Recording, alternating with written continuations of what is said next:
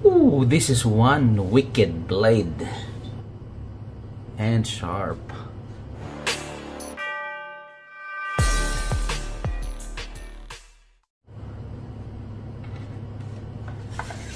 So hey there everyone, kumusta kayo mga kaibigan kong mahihilig sa matutulis at matatalas na mga bagay? Ito na naman tayo, and I have a new blade to share with you.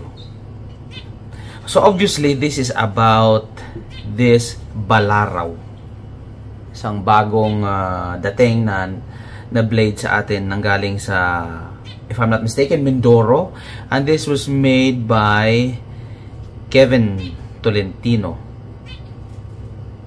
Now, I've seen the guy, especially itong marka niya na tatlong T. I've seen him sa Facebook, and I've got interested.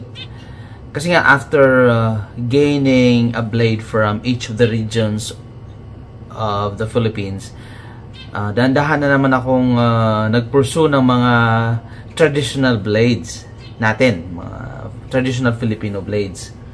So paisa-isa. So wala na akong restriction sa sa size and specification.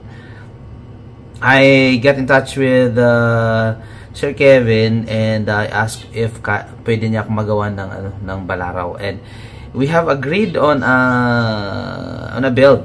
And then bigla na lang nawala si Boss Kevin. Hindi na nag-message, hindi na naging online. So I wondered what happened. So I don't know, all of a sudden nag-message, sabi niya pasensya na kasi matagal daw siya nawala online, and then he has one available balaraw, and if I'm interested, medyo malaki nga lang daw as compared to doon sa napag-usapan nating specification. So I said, yeah, immediately I agreed to get this one. Bakit nga naman hindi? Look at that. How elaborate this scabbard is. So the balaraw is a traditional Filipino weapon, a blade. I just cannot point out kung ano talagang tribo nag-originate ito. Apologies because hindi naman tayo talaga nag-research about kung saan talaga nag-originate, sinong tribo ang nag-design ito. I'm not into that. Enough na sa akin that I know that this is one popular blade sa bansa natin noong unang panahon. So sa mga historians dyan, sa mga true blue blade historians, pagpasensyaan nyo na. It's just that hindi tayo ganun ka-deep ang need for that information. Importante lang meron tayo nito. Now, it's also called the winged dagger, characterized by a leaf-shaped blade, double edge, tapos meron siyang spike sa butt ng handle, and ang tang is protruding. Wala siyang handguard. Although itong shape ng handle natin ay parang hourglass, so this kind of serve as a handguard also. Meron siyang ferrule na brass. Let's do the specifications nga. This is a long blade. I think nasa 12 ito. Wow. So this is a 12-inch blade.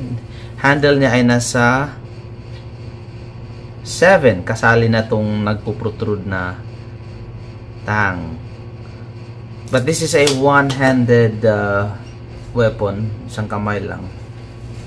Yung handle niya is just fit for one hand.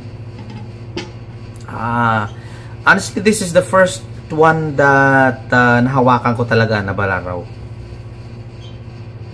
So in my understanding, it can come in a small size, in a bigger size, whatever. So this one is a little bit big para sa mga the usual collection ko, but I don't mind really. Importante meron lang tayo. So in my understanding, the blade is made of Moliere. The handle is some kind of a hardwood. I don't know if this is mahogany. Kulay mahogany siya eh. I didn't ask na. And the scabbard also is yeah, most probably Nara or mahogany also. And this sheath or scabbard is embellished with some beads. Beads ito na kahoy, pinaghahati at dinikit. Elaborate na mga decorations, ano? Punong-puno mula dito the whole part of the display side, no? May mga carvings na tribal ang dating, may mga naka-inlay na mga small beads. Ito ano to eh, bao ng niyog. So, and ito para sa tali. This is kamagong wood, I think.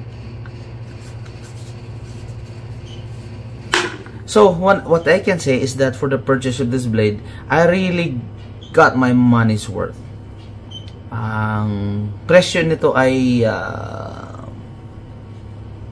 para sa akin ay mura, ano, for the kind of blade that I got. Look at the fit and finish of this one. Napakakinis ng surface ng blade.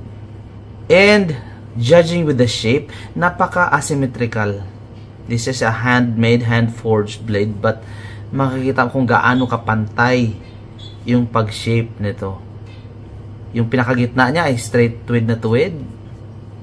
Balance yung bevels niya. Okay? It's not perfect, of course. May mga gaspang din sa mga areas na ito.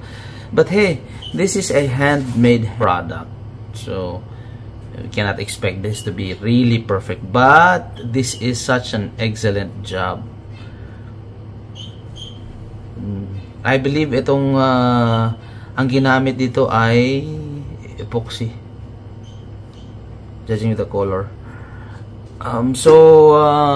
Thank you very much, Sir Kevin Tolentino, sa pag-paunlak sa request natin na magkaroon din ako ng balaraw. One of your, I think this is one of your main masterpiece, no? Itong ganitong blade. So, at least nagkaroon din tayo. And it's a really, really beautiful one. I will display this in my office. So I think that's about it, mga kaibigan. Check him out if you want another one like this. You can't complain with his pricing also. So overall, it's an excellent, excellent buy for me. Thank you very much for watching. Stay safe, everyone. Stay sharp.